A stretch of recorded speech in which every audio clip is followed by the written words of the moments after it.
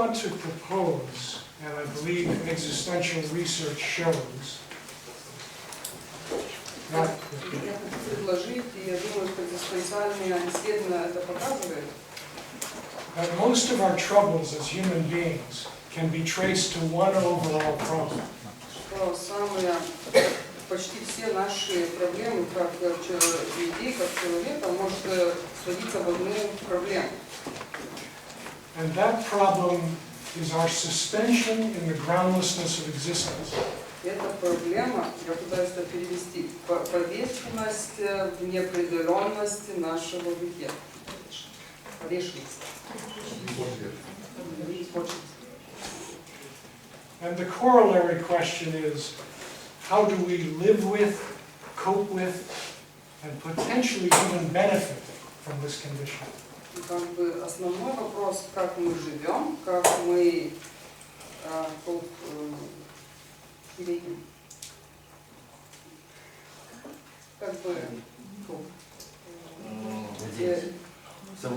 совладаем этим, и как бы можем даже пользу получить из этого.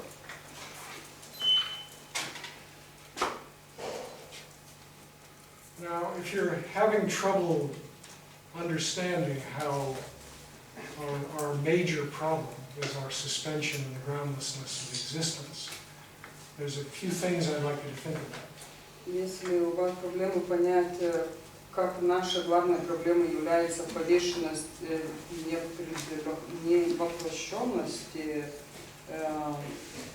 невземленности нашей экзистенции, так я имею несколько вопросов для вас. Now, you can say that a lot of our problems are traceable to genes or to family dynamics. Можно сказать, что большинство наших проблем как бы можно найти там и гены, и динамику семьи, Or to cultural environments. или каком-то культурном почве. And I believe these are very valid points of view. Я верю, что это очень важные аспекты. However, the deeper questions seem to be unaddressed through these lenses. Как бы главные вопросы через эти призмы не отвечаются. Just consider in your own life what it means to experience a profound loss or illness.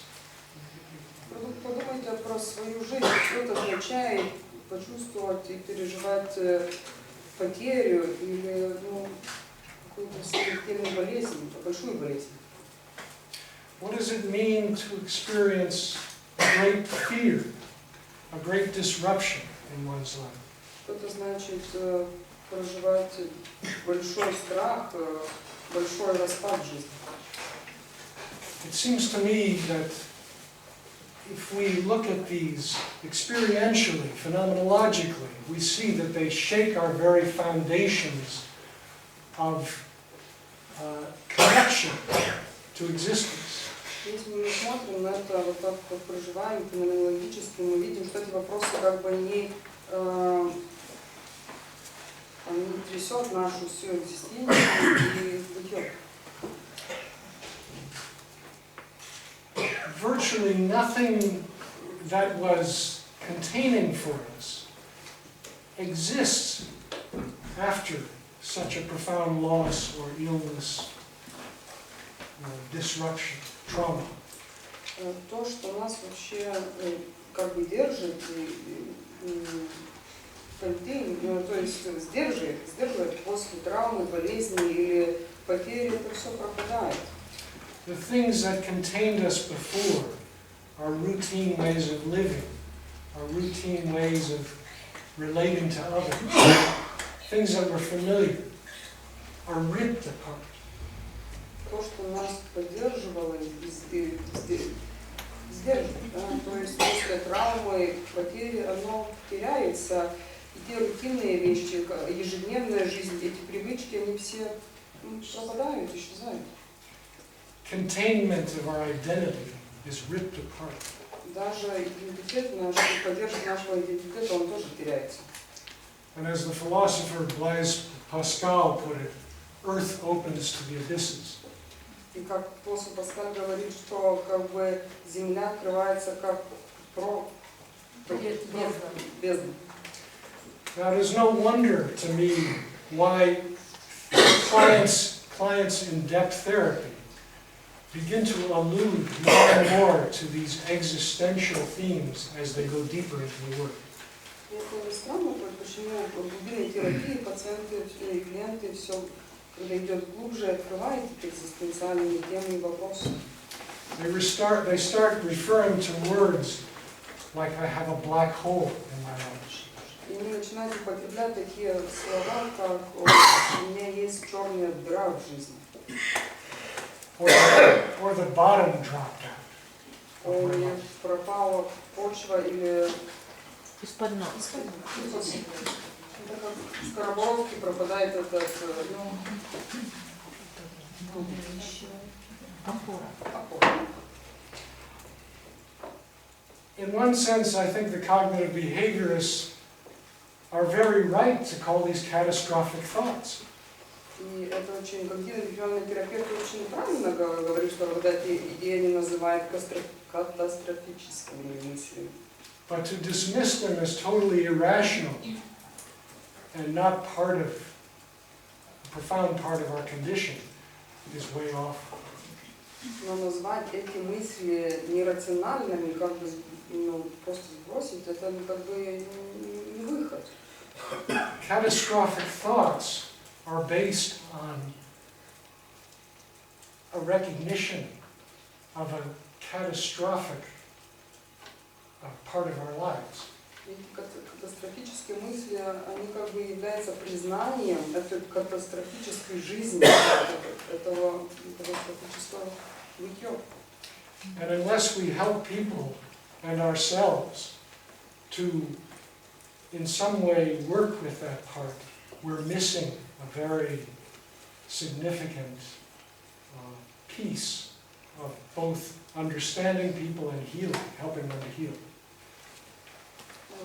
И мы как бы, and we need to address that part in order to.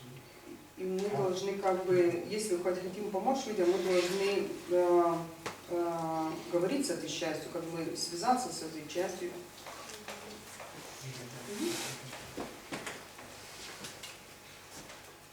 So we're in a kind of free fall.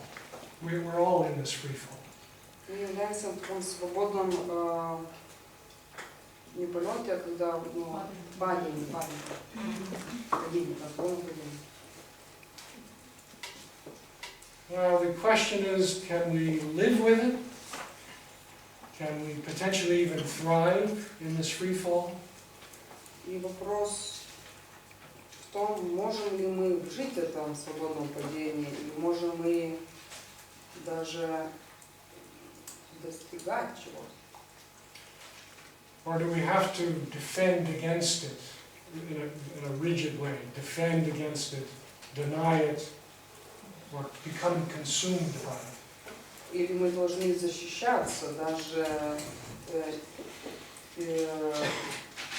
избегать и не думать, и, да, или быть вообще поглощенным. As existential depth therapists, I think our basic task Как экзистенциальный терапевт, я думаю, что главная моя задача is to help people to find ground in groundlessness. Я думаю, что это задача найти почву в этой беспочвенности. So this brings me to the broader question of psychology. Это меня приведет к такому, как бы, пошире вопросу психологии. Seems to me, as I said before, that psychology has been missing a very important foundation almost from its contemporary founding with Wilhelm Wundt and the laboratory said. Мне кажется, что когда я говорила, что психологии не хватает того, что она потеряла, это фундамент, который был в начале в лаборатории Фунта. It's been set on partial foundations. И она была построена на таких только неполных фундаментах, основах. At first, it was set in a laboratory quite removed from the dynamics of everyday life. Сперва это было построено в лаборатории, которые были как бы отдалены от динамики нормальной жизни. Soon after, much of psychology was focused around the Freudian drive model of functioning. Дальше пошла психология Фройда, которая была построена на драйвах и на модуле драйва. The philosophical fashion, and I do think this has a lot to do with philosophy, the philosophical fashion then moved toward behavioral conditioning as the basis. И вообще-то вся философия, философский бэкграунд идеи была как бы сдвигались больше по направлению поведения и стимула. And then it moved more recently to cognitive or information processing. А теперь, и потом они погрузились к когнитивным информационным процессам. And most recently, it seems that the main fashion is neuroscience.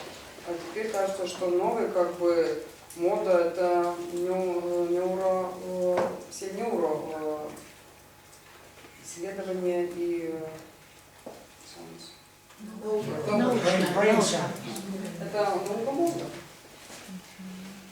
But I think more and more people are recognizing that there is something constricting about reducing psychology to these part processes. Но все более и более люди понимают, ученые, что это как бы ограничивает понимание и такие неполные понятия. And it seems to me time to seriously consider Мне кажется, это такое время серьезно переосмысливать. the resetting of psychology on its rightful foundation in existence. Как бы снова положить психологию, переосмыслить психологию, ее правильное место в понятии. Our relationship to all that is. Это просто наше отношение, то, что есть, все, что есть. So that which I call awe-based psychology Это я назвал бы психологией трепета. is one road that can move in this direction. И это одна дорога, которая может двигать в эту сторону. By awe-based psychology, I mean the humility and wonder В этой психологии трепета смирение и удивление становятся важной частью. the sense of adventure toward living. Чувство приключения. And I mean a psychology that can both radically enrich what we discover and how we live what we discover. Это психология, которая показывает, что мы находим и как мы живем с тем, что мы находим. Because it opens us up Это нас открывает to a whole body experience of life.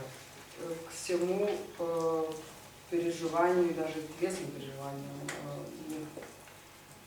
I'd like you to consider the following little saying. Я хочу, чтобы вы подумали о таком предложении.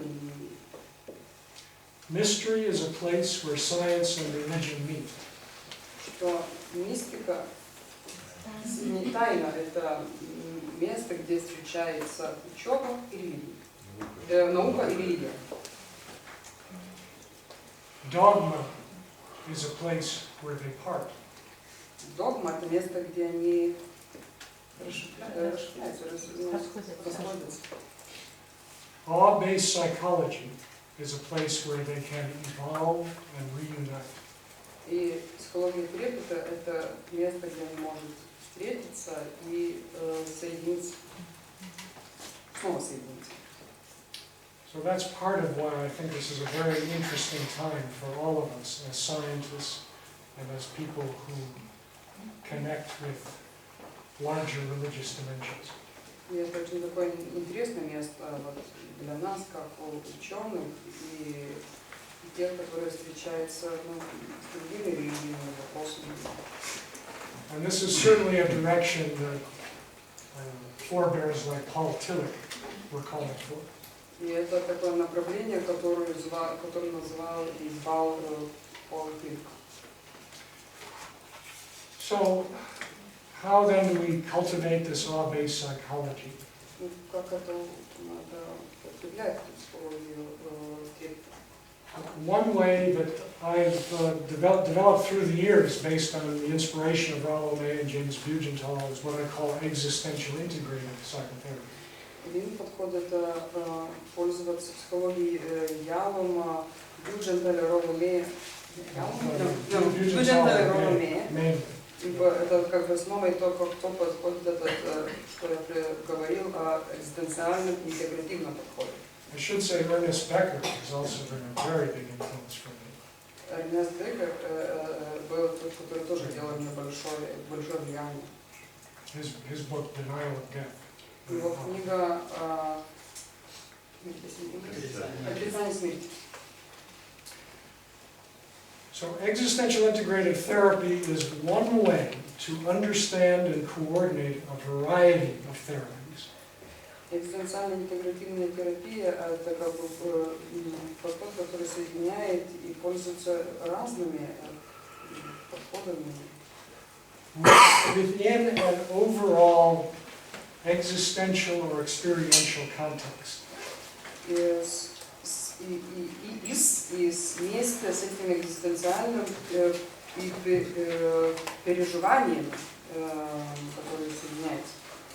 Existential therapy, existential integrative therapy, attempts to recognize the many levels at which we live and desire to heal.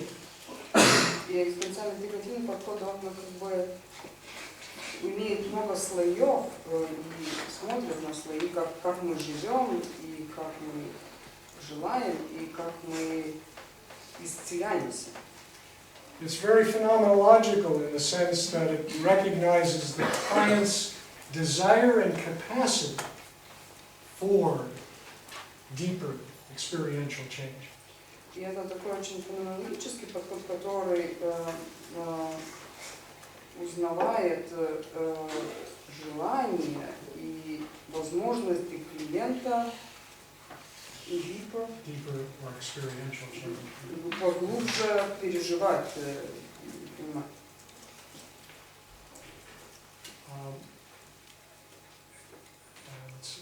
Existential integrative therapy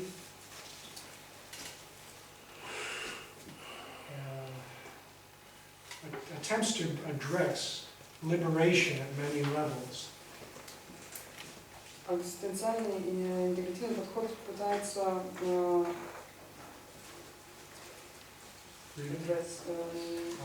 связать, как бы обращаться к свободе. And throughout the whole process of EI therapy, И во всем процессе экзистенциального интегративного подхода there is one ongoing and implicit question to the client. есть один все время поднимающийся и продолжающийся вопрос.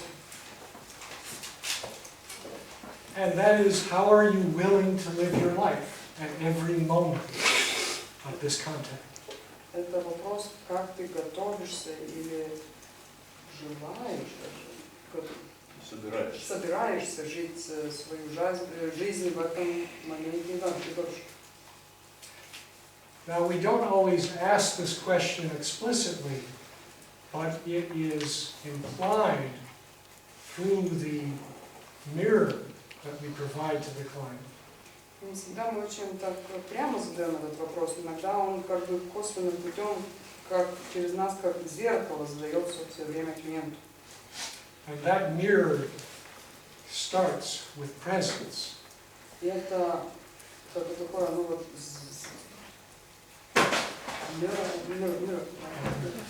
это как зеркало и чувство. This is wonder or this is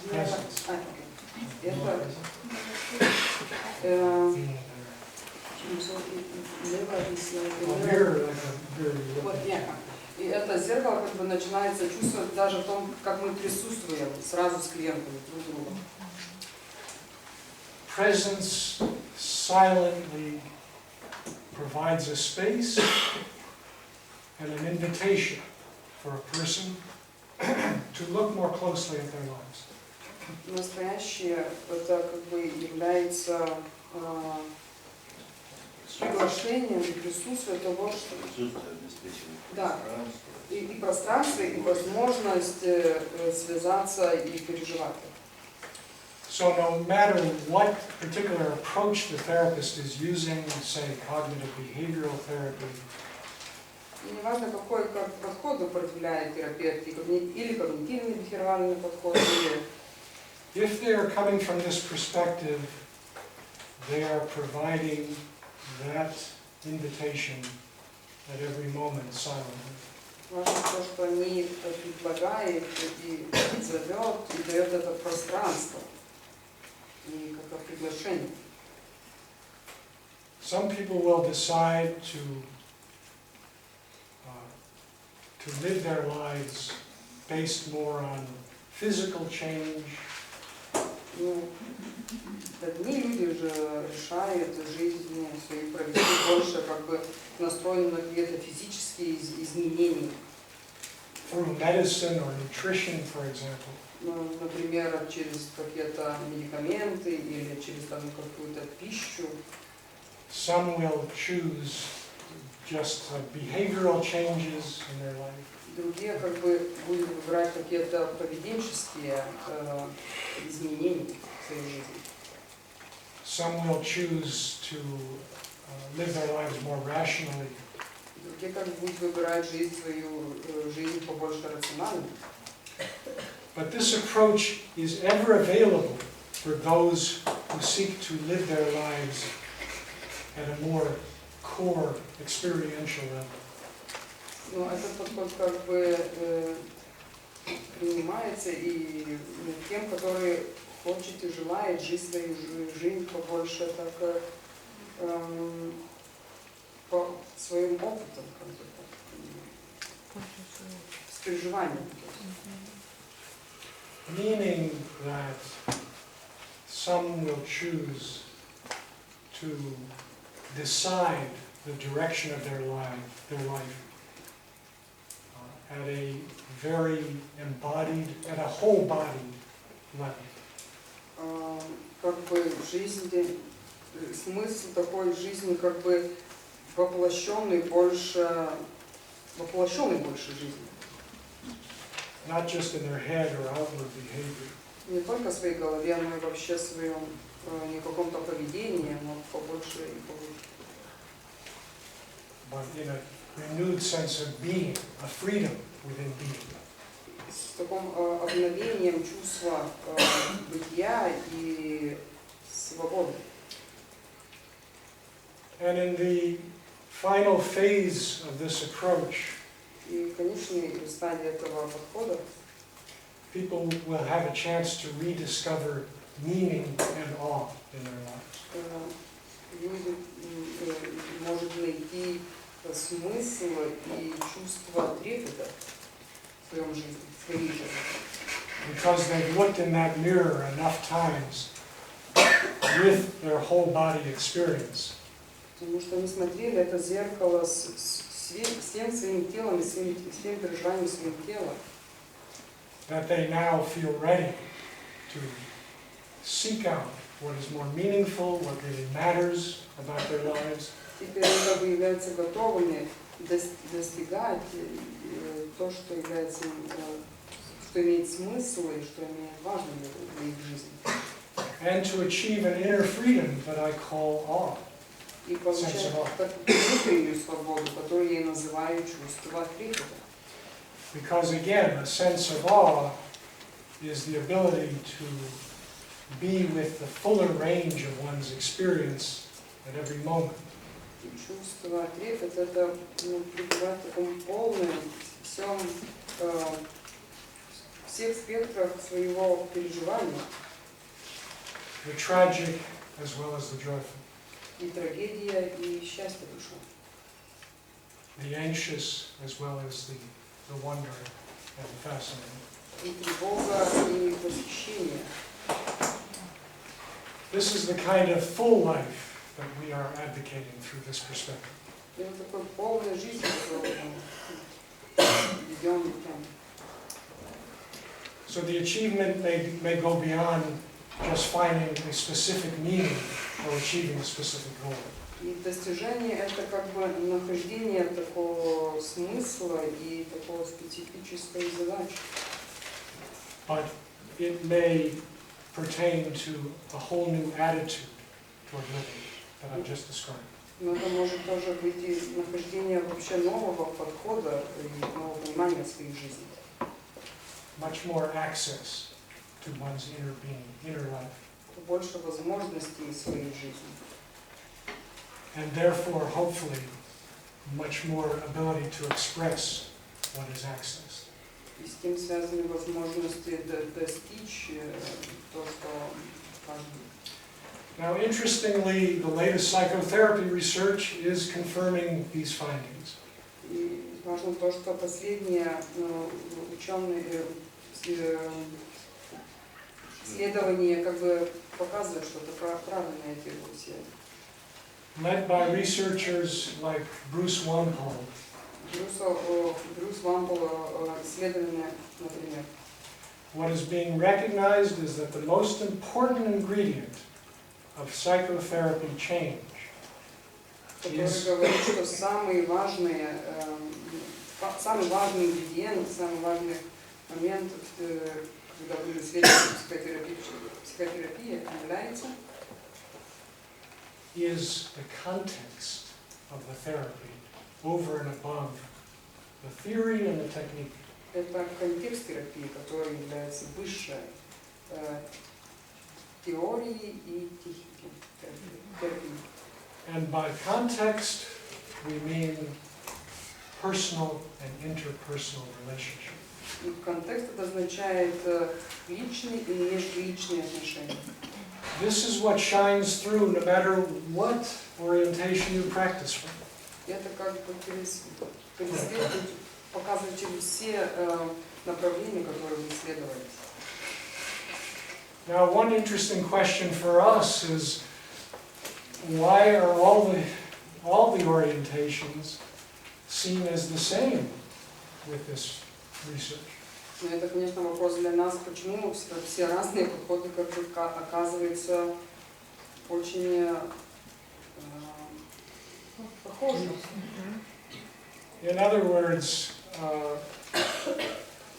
it doesn't seem that humanistic practitioners or existential practitioners are standing out any more than cognitive behaviorists when it comes to these dimensions. И это говорится, что гуманистические и экзистенциальные терапевты не различаются, и даже в том контексте, например, по сравнению с когнитивно-бихевиоральным терапевтом. This is a puzzle and a challenge for our field. Это такой головоломка, как бы это где делать. Пазл, да. But I suspect that a lot of the problem is the the inability of the research to look at the deeper benefits of depth psychotherapy. Как бы это может связано с этим невозможно посмотреть, что было глубже с этим исследованием.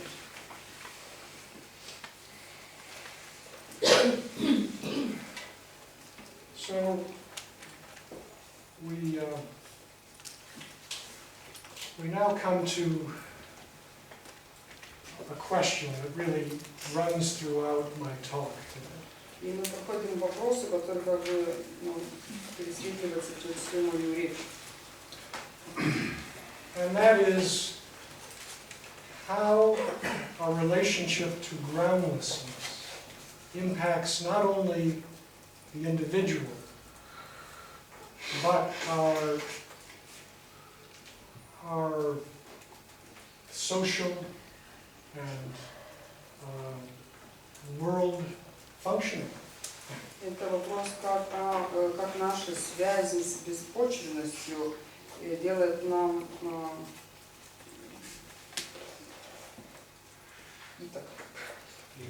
влияние как индивида, как в нашей социальной среде, и даже вообще как мы мир понимаем. I think one of the beauties of existential psychology is that it's not confined to looking at the consulting room. Одним из наших таких взглядов, как экзистенциальной терапии, смотреть не только на комнату, где мы консультируем. Because it looks at the basic conditions that we all struggle with as human beings.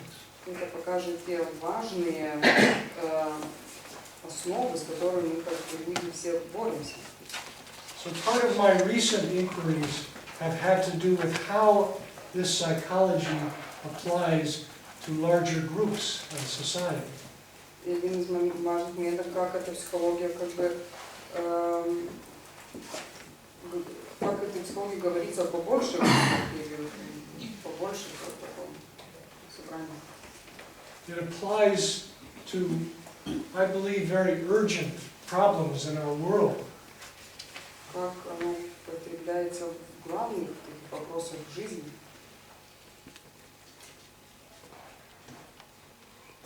Now, my sense, from my standpoint as a depth psychologist and a researcher, Мое чувство как экзистенциального и вообще как глубинного исследователя является. I view culture as an organism. Я смотрю на культуру как на организм. It is an organism that is composed of individual organisms. Это организм, который состоит из личных, индивидуальных организмов. And by that very fact is subject to the same vulnerabilities as well as defensive systems as individual organisms. И этот факт, этот организм как бы воздействует тем же самым механизмом и защитой, как индивидуальные организмы. Now I realize there are differences between social psychology and individual psychology. I grant that. Конечно, я понимаю, что является разницей через личные психологии и социальную психологию. Я, конечно, признаю это. But I think too often social psychology does not really understand or look at some of these deeper problems that we see in the consulting. Я думаю, что социальные психологи нередко не видят те проблемы, те важные личные вещи, которые мы видим в своей комнате и консультировании. And it seems to me that a lot of the reasons for the extremism and polarization in our world over and over again through history. Мне кажется, что такие проблемы, как поляризация, экстремизм в нашем мире, как такие проблемы, которые все время появляются в нашем мире, is due связаны to this very existential problem with the groundlessness of existence. Они связаны с этим экзистенциальным понятием, это беспочвенность. And is due to the kind of insignificance that people feel. Это связано с тем такое чувство неважности, которое люди переживают. Or as R.D. Laing put it, the ontological insecurity that people feel when they are overwhelmed by this groundlessness. И это, когда Ленин говорит, это чувство онтологической безопасности, когда они ощущают беспочвенность в своей жизни. So it seems to me there are a lot of parallels between trauma in an individual life and a trauma in a culture. Мне кажется, что есть очень большая связь между травмой индивида и травмой культуры.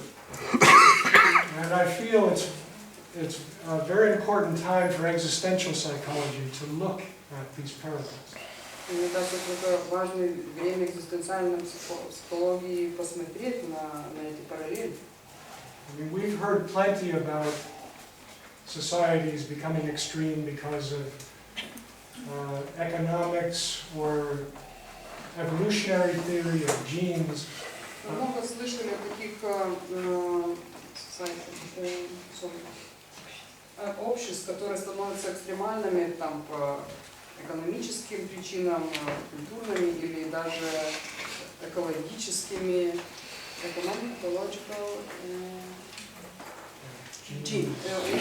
генетическими. But I don't think we've heard enough about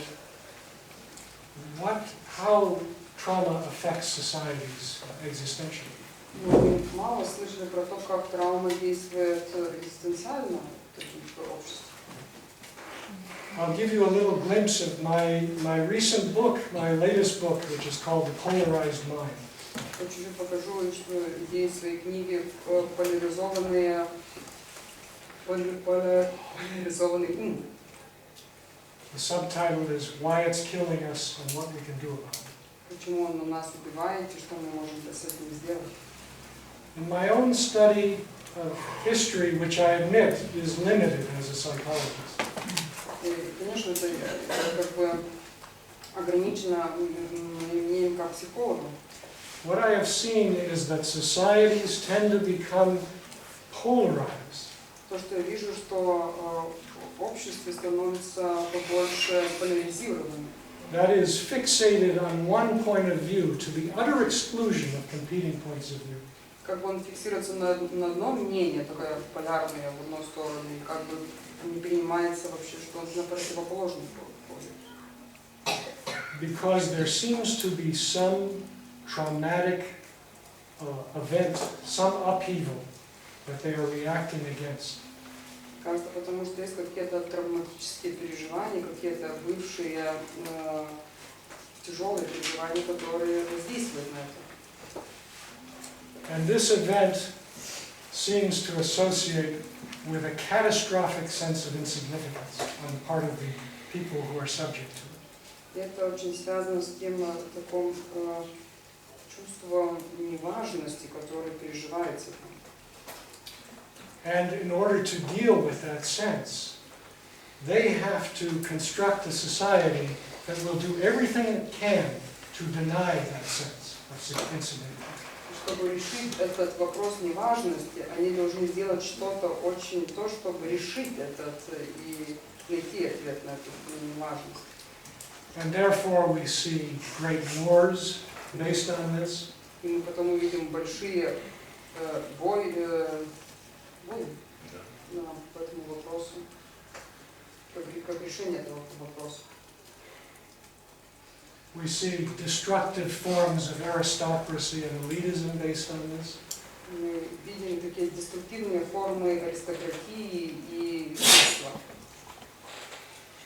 And we see destructive excesses И мы видим такие деструктивные подходы. in consumerism, for example, or Например, materialism, употребление большого, материализма or ideology in general. Или идеологии какой-то.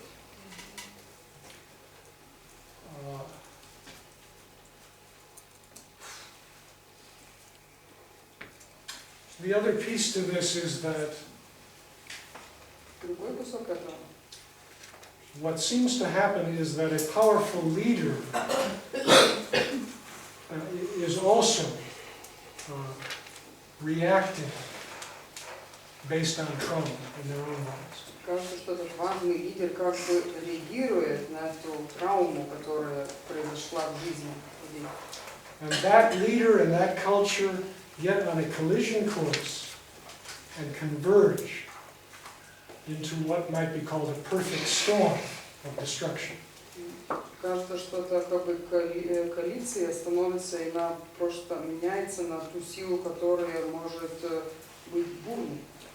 Because there becomes a great emphasis, a great conspiracy on the part of all to deny our vulnerability. И это становится как такая конспирация, чтобы не признавать свою ранимость. And I'll leave it up to you to think of examples, but I would imagine that you're already thinking of a number of examples throughout history of where this has happened. Конечно, я вам позволю самим вспомнить, придумать эти примеры. Я верю, что у вас уже появляются эти примеры в голове, но вы сами должны вспомнить и признать эти примеры, о которых я теперь говорю. Right up to our contemporary time. Конечно, связано с нашим современным временем. So, of course, a major question arises here, and that is, what can we do about this vicious cycle? Конечно, такой главный вопрос встает нам. Что мы можем сделать с таким враждебным циклом или кругом? Порочный круг. Well, it seems to me that the more we can help people to become present to life, Чем больше мы можем помочь людям быть в этой жизни, присутствовать в этой жизни, in a holistic, whole-bodied sense, в таком холистическом, телесном понимании, воплощенном понимании, the more we provide a hedge against polarization. тем больше мы получаем силу против этой поляризации. And the more that we promote a sense of awe toward living. Тем больше мы развиваем чувство трепета в своей жизни. That is a sense of deep appreciation for living, despite all its horrors, its tragedy. Такое большое уважение и восхищение жизнью, несмотря на ту и трагедию, и то, что происходит в жизни. A recognition that to live fully, we need to coexist with the paradoxes of living. И то, что если мы хоть желаем жизни вести полной жизнь, мы должны принять эту поляризацию, эти разные вещи. And a recognition that we're all struggling with these paradoxes, and that we share the struggle. То, что мы все боремся с этими парадоксами, мы все должны вместе с этим. So I've elaborated on some concrete steps we can take to promote a more awe-based perspective on culture. Осветил те главные вопросы, которые мы можем рассмотреть на тему психологии трепета, которые... In my book, Rediscovery of Awe, in particular. В моей книге снова нахождение трепета, обновление трепета. But also in Awakening to Awe, another book. Но да, и тоже в книге рождение трепета. Ой, или так. Тоже обновление, но по-другому. Have to check in how much time we have. 15 минут. Можно вопросы? 15. Maybe questions. Yeah, good. So I'll try to conclude this very soon. Постараюсь все быстро. So, to give you one proposal that I have in mind in helping toward this reform. Я предложу одну вещь, которую мне важно, чтобы можно было переделать. I think we need to begin with child rearing. И сначала мы должны начать с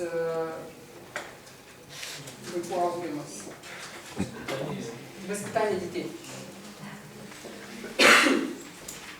How do we inspire a sense of awe in children?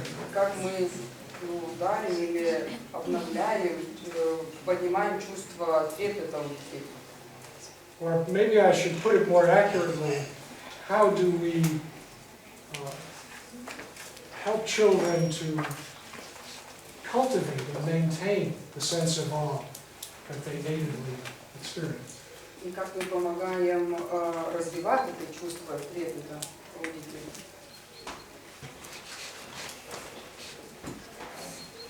And it seems to me that too often that sense of awe is stifled, is suppressed very quickly.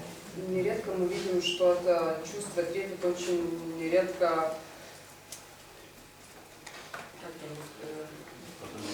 подавляется. Especially if the family system and the culture is very rigid and rule-bound. Особенно если система семьи и культура очень ригидная и подвижная. But also if the family or the culture is inattentive, is neglectful of the child. Но даже если семья невнимательна или не потрясающий ребенок.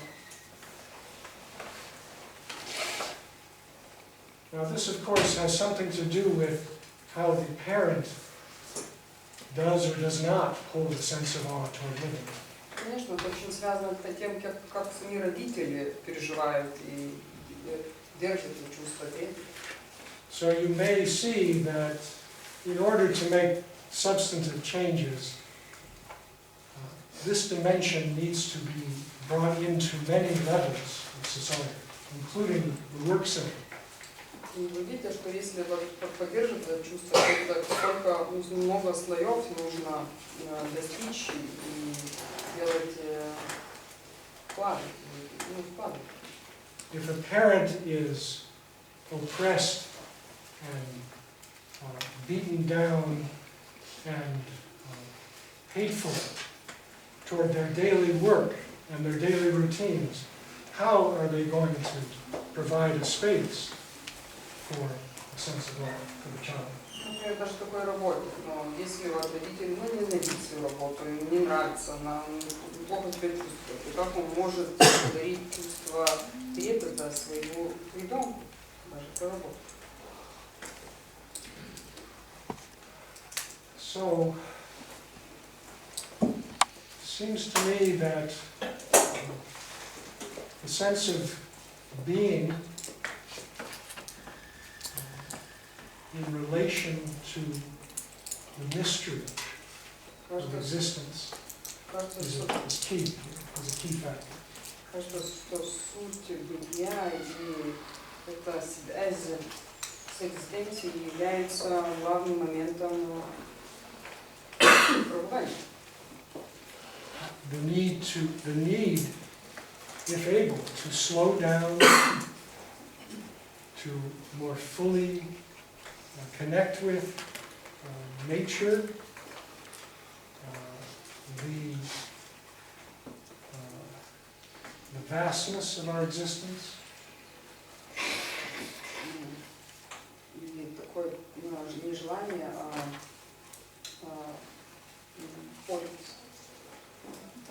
потребность связаться с природой, с такой, вообще жизнью противоречивостью и с такой, это и является как бы одним из путёв. I'm talking about being able to having the time to experience the miracle of life. Это тот путь, который помогает понять чудо жизни. And to convey this energy and this attitude to the child. И передать эту энергию ребенку. If only by delighting in being with the child. Если только быть с ребенком. Or in accompanying the child to experience that mystery. Если просто вместе с ним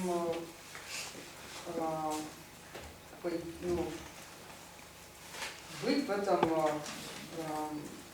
проживании опыта.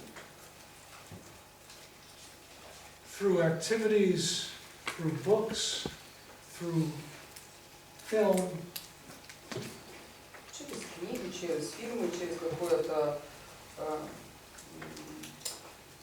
что-то делание просто. Through looking into the night sky together. Просто вместе смотреть на небо ночью. Through being open to dialogue about the mystery of life. То, что можем быть с ним в диалоге и быть открытым с ним в диалоге. Открываться в диалоге. So I think I'll stop there, and I know that I gave you a very sketchy or simple sort of idea about how an all-based society might evolve. But that's the best I can do.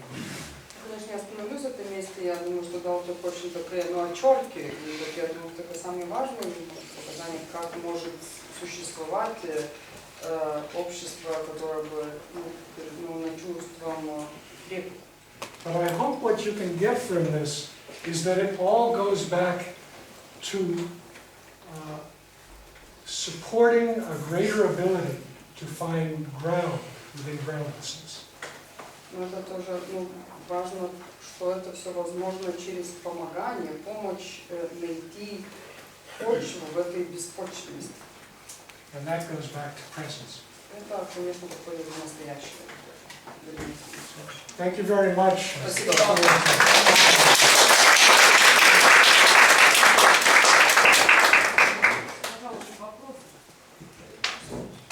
Можно короткий комментарий? Во-первых, мне очень понравилась фраза перед докладом.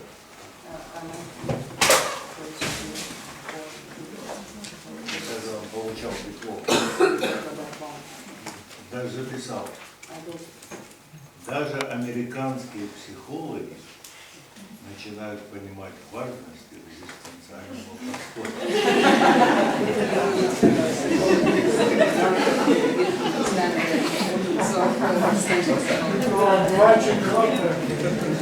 Я рада, что вы уловили это было для вас. За нем что-то есть.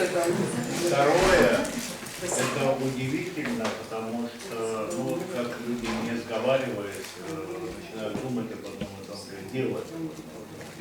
Я не буду сейчас занимать время, да, но мне предстоит тоже там что-то оттуда говорить и проводить семинар, и вы увидите, что это о том же, о чем говорил Кирк, хотя я не употребляю слово.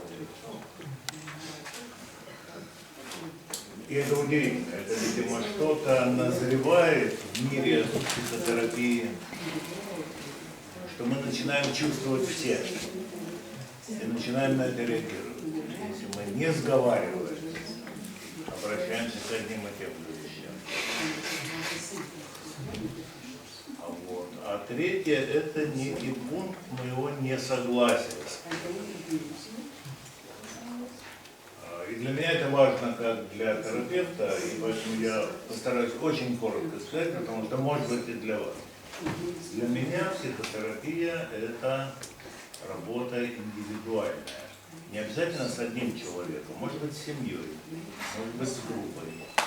Но мои задачи как психотерапевта ограничиваются помощью тем, кто ко мне пришел. Мне очень нравится сравнение общества с организмом. Но я не представляю, если общество организм, то я, допустим, клетка кожи. Или волос, клетка волоса.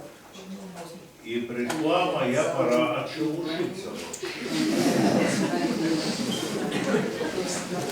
А я хочу жить вечно. И трепетать хочу. И получается как так. Вторая грань возражения у меня связана с тем, что агрессивность, поляризация, экстремизм связаны с экзистенциальным опытом личности. Если мы посмотрим на историю человечества,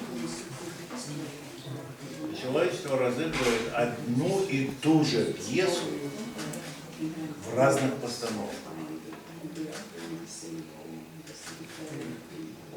Режиссер – это царь или это царь, это время или это время, а пьеса одна и та же. И когда я пытаюсь вторгаться в социум, я начинаю чувствовать себя неуютно. Потому что, конечно, очень хорошо воспитывать детей через книги. А если я ему буду читать книжки, как правильно убивать?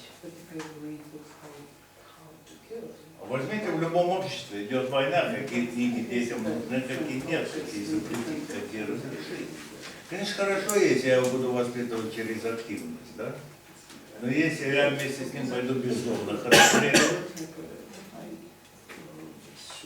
а потом мы с ним сядем и обсудим. Открыто, доверительно. Мне кажется, что вторжение в социальную жизнь, да, вот, это тот порог, перед которым я, как психолог, должен остановиться. Я должен помогать тому, кто ко мне пришел. Иначе я начинаю порождать теории, во-первых, низкоточные, во-вторых, потенциально опасные, а в-третьих, как показывает весь опыт жизни человечества, очень бесполезно. Но это вот мне так кажется. Хотя это очень красиво, это очень соблазнительно, к этому хочется присоединиться. Но как у практика у меня вот возникает стойкость. Не надо. Как только я касаюсь, не переменится суть. Мы будем убивать из другого оружия, но убивать. Thank you very much for your perceptive comment. Спасибо за такой проникающий. I realize that this is a very visionary idea.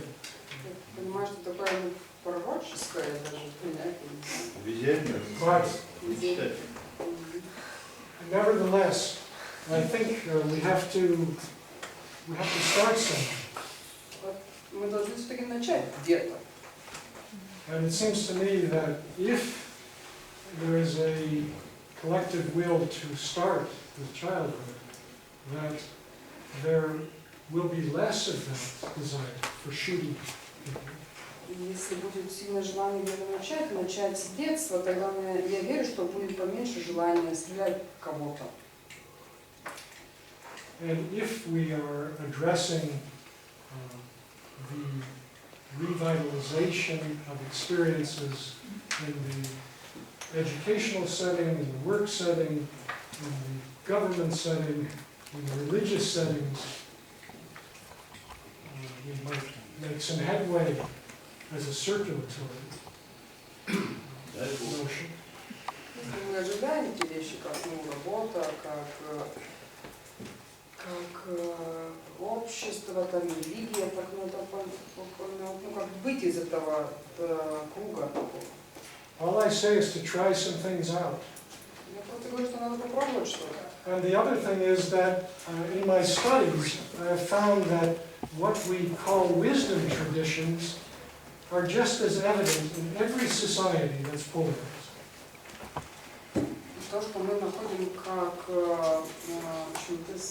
Мудрость, это бывает уже в этих обществах, которые являются поляризированными. And these wisdom traditions embody very closely what I was describing about experiencing a sense of awe within. И эти мудрые традиции, они все воплощают то, что я, похоже, говорил про чувство трепета.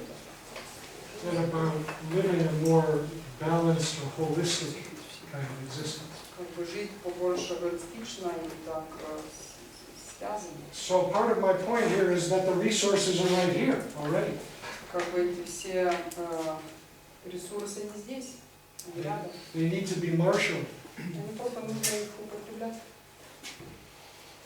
And still, I think you're right to question where it all goes. Вы все правы, что вы поднимаете эти вопросы, и так никто не подается.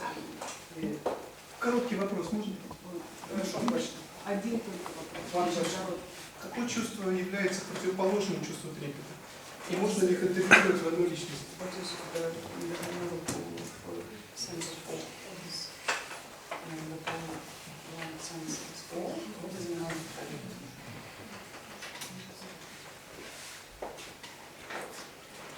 Well, in a sense, the opposite of awe is polarization. Поляризация является как бы в другой стороне этого трепета. Because awe embraces the paradoxes of being a food for worms and at the same time a soaring angel. Ну это такое холистическое понятие всего, и там и ангелы были, все даже потом потеряло. Еще любовь. Да, и любовь, и все. Что там? But we have to live with bipolarity. Но мы должны жить с этим противоположным. Прямо.